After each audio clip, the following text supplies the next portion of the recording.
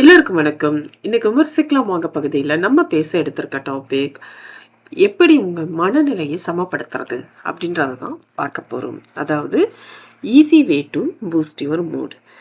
மூடு சரியில்லை அப்படின்னு நம்ம நிறைய பேர் நம்மளை சுற்றி பேசுகிறத கேள்விப்பட்டிருக்கோங்க. நம்மளும் ஃபீல் பண்ணியிருக்கோம். காலையில் ஏஞ்ச உடனேயே அன்னைக்கு பார்த்தீங்கன்னா ஒரே டயர்டாகவும், ஐயோ இன்னைக்கு அது முடிக்க முடியுமா, இன்னைக்காவது செய்ய முடியுமான்னு நீங்கள் முதல் நாளோட கண்டினியூஷனோட மறுநாளையும் தொடங்குனீங்க அப்படின்னா அந்த நாள் உங்களுக்கு மோசமான நாளாக தாங்க முடியும்.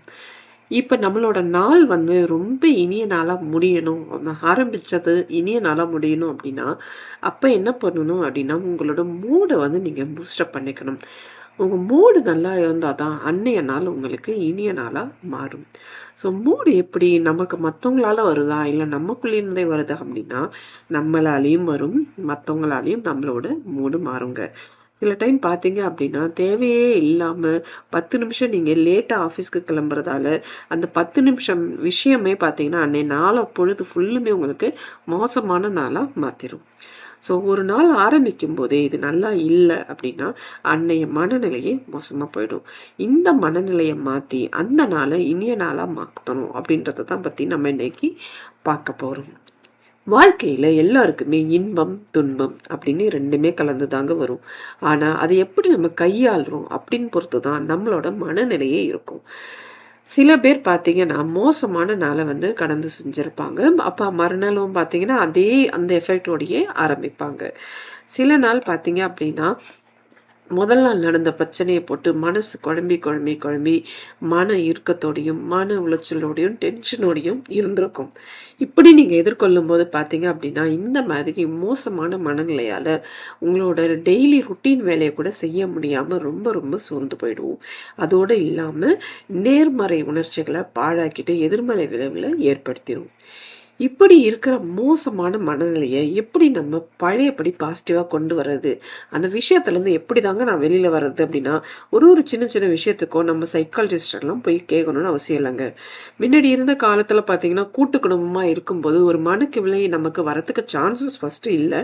ஈவன் அப்படியே வந்துருச்சுன்னா கூட நமக்கு பிடிச்ச பாட்டிமாட்டியோ இல்லை தாத்தாட்டியோ இல்லை பெரியம்மாவோட பொண்ணுக்கிட்டேயோ அப்படியே அக்கா முறையில் இருக்கிறவங்க யார்கிட்டையாவது நம்ம போயிட்டு கேட்போம். இது எப்படி நம்ம பண்ணுறதுன்னு டிப்ஸ் கேட்போம். அவங்களும் நமக்கு தாராளமாக வாழ்க்கை டிப்ஸை அள்ளி வழங்குவாங்க. இன்னொன்று இந்த மாதிரி நம்ம கேட்குறதால பார்த்திங்கன்னா நமக்கும் அது அதிகமாக ஃப்ரீயாக இருக்கிற மாதிரி இருக்கும். நம்ம ரொம்ப இவங்க நம்மளுக்கு தெரிஞ்சிருச்சு நம்ம விஷயம் அப்படின்னு நீங்கள் ஃபீல் பண்ணுற மாதிரியும் இருக்காது. உங்களோட நாள் அன்னைக்கு உற்சாகமாக இருக்கும். உங்களோட மனநிலையை ஈஸியாக அவங்க மாற்றிடுவாங்க.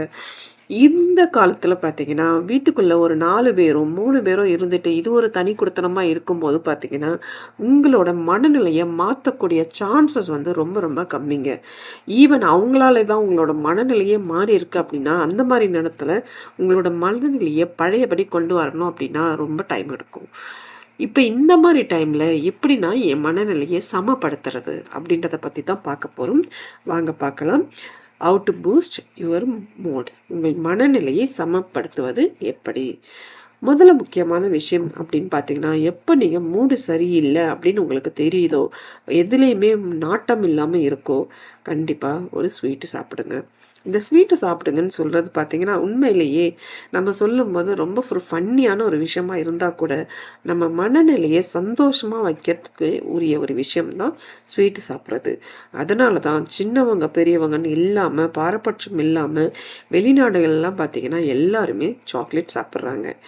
நல்ல மனநிலையில் இருக்கும்போது நீங்கள் சாக்லேட் சாப்பிட்டீங்கன்னா அந்த சந்தோஷத்தை அது இன்னும் அதிகரித்து கொடுக்கும். இது மோசமான மனநிலையில் இருக்கும்போது தான் கண்டிப்பாக நீங்கள் சாக்லேட் எடுத்துக்கணுங்க. அப்படி எடுத்துக்கும்போது உங்களோட மனநிலை ரொம்ப ஆறுதல் கொடுக்கக்கூடிய மனநிலையாக மாறுறத உங்களால் உணர முடியும். 2வது விஷயம் என்ன அப்படின்னா நன்றி உணர்வை காட்டுங்க. இப்போ சில விஷயம் பார்த்தீங்கன்னா சின்ன சின்ன விஷயமா இருக்கும். ரொம்ப நேரம் நீங்கள் நின்றுட்டு வந்திருப்பீங்க பஸ் ட்ராவல் பண்ணும்போது. ஒருத்தவங்க கூப்பிட்டு உங்களுக்கு இடம் பிடிச்சி கொடுத்து உட்காருங்கன்னு சொல்கிறாங்கன்னா அந்த ஒரு மோசமான நாளில் ஒரு சின்ன விஷயம் உங்களுக்கு நன்றி உணர்வோடு நடக்கும்போது வாய் விட்டு உங்களோட நன்றி உணர்வை காட்டுங்க. இந்த மாதிரி பண்ணும்போது உங்களோட மோசமான மனநிலையை அதை மேம்படுத்துறதுக்கு உதவும். அது இல்லாமல் பார்த்தீங்கன்னா ஹாலிடே டைமில் நீங்கள் போன உங்களுக்கு பிடிச்ச ஃபேவரட்டான இடமோ இல்லை மார்னிங் காஃபி காஃபி குடிக்கிறதோ, இல்லை யாருக்காவது உங்களுக்கு பிடிச்ச விஷயம் நடந்துச்சு அப்படின்னா, ஒரு சின்ன லைன் 1 லைன் வேர்ட்ஸாக இருந்தால் கூட அதை வந்துட்டு நீங்கள் ரீகால் பண்ணி பண்ணும்போது பார்த்தீங்கன்னா, அன்னைய ஒரு நாள் உங்களுக்கு தொடர்ந்து மகிழ்ச்சிகரமான ஒரு விஷயமா இருக்கும். நம்ம கடவுள் வந்து பார்த்தீங்க அப்படின்னா, மறதி அப்படின்னு ஒரு விஷயத்த நமக்கு நிறைய கொடுத்துருக்காங்கங்க. ஆனால் அந்த மறதின்ற விஷயத்த நம்ம மெயின்லி வந்து எதுக்கு எடுத்துக்கணும்னா, மோசமான விஷயங்களுக்கும் நம்ம வாழ்க்கையில் நடந்த துன்பகரமான விஷயங்களுக்கு தான் அந்த மறதி அப்படின்றத நம்ம யூஸ் பண்ணிக்கணும். அதிக மகிழ்ச்சி கொடுத்த விஷயத்த எல்லாமே நம்ம எப்பயுமே ஞாபகம் வச்சுக்கணுங்க.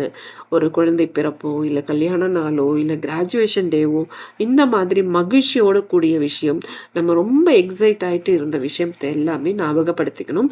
அதை ஞாபகமாக வச்சுக்கணும் அப்படின்னா தொடர்ந்து நீங்கள் தொடர்பு படுத்தி தொடர்ச்சியாக அதுக்கு ரிலேட்டடாகவே நீங்கள் பேசணும், ஞாபகப்படுத்திக்கிட்டே இருக்கணும்.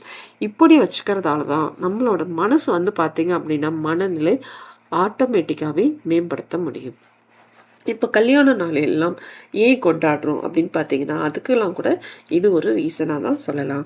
பிறந்த நாளோ, கல்யாண நாளோ, கிராஜுவேஷன் டேவோ, ஒரு வருஷத்துக்கு ஒவ்வொரு வருஷமும் நம்ம கொண்டாடுறது, பண்டிகைகள் கொண்டாடுறது, இது எல்லாமே பார்த்தீங்க அப்படின்னா, நம்ம மனநிலைக்கு தொடர்புடைய விஷயங்கள். இந்த முக்கியமாக பார்த்தீங்கன்னா, இது எல்லாமே நம்மளோட மனநிலையை ரொம்ப ரொம்ப மேம்படுத்தும்.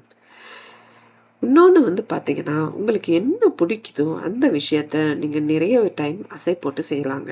உங்களுக்கு வந்து பியூட்டி பார்லர் போகணும், இல்லை ஒரு படத்தில் பார்த்த சீன் ரொம்ப பிடிச்சிருக்கு அப்படின்னா, அந்த மாதிரி சீனில் நீங்கள் விரும்பிய காட்சிகளெல்லாம் நீங்கள் ரசித்து திரும்ப திரும்ப ரீகால் பண்ணி அசை போட்டு பார்க்கலாம்.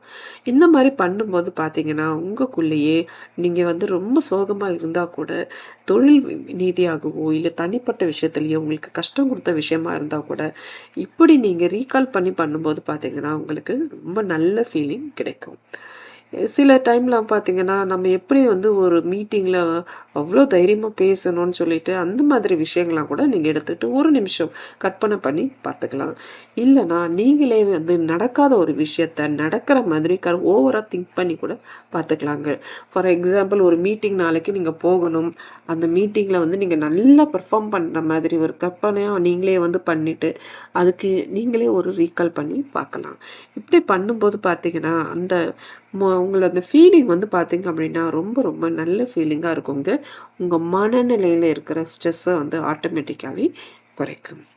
இது இல்லாமல் இன்னொரு விஷயம் பார்த்தீங்கன்னா, சாப்பாடு.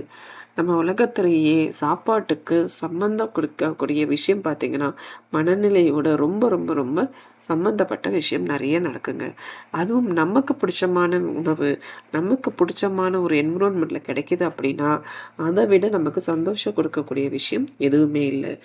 நம்மளோட விருப்பமான உணவை ஒரு அழகாக ஒரு அதாவது நைட் டின்னர் மாதிரி, கேண்டில் லைட் டின்னர் மாதிரி நீங்கள் அரேஞ்ச் பண்ணி, உங்கள் மனநிலை சமப்படுத்தி அப்படிலாம் நீங்கள் பண்ணும்போது பார்த்தீங்கன்னா, அந்த வாசனையும் அந்த டிஃப்ரெண்ட் என்விரான்மெண்ட்டும் உங்களோட மனநிலையை ஈஸியாக வந்து மேம்படுத்த உதவுங்க.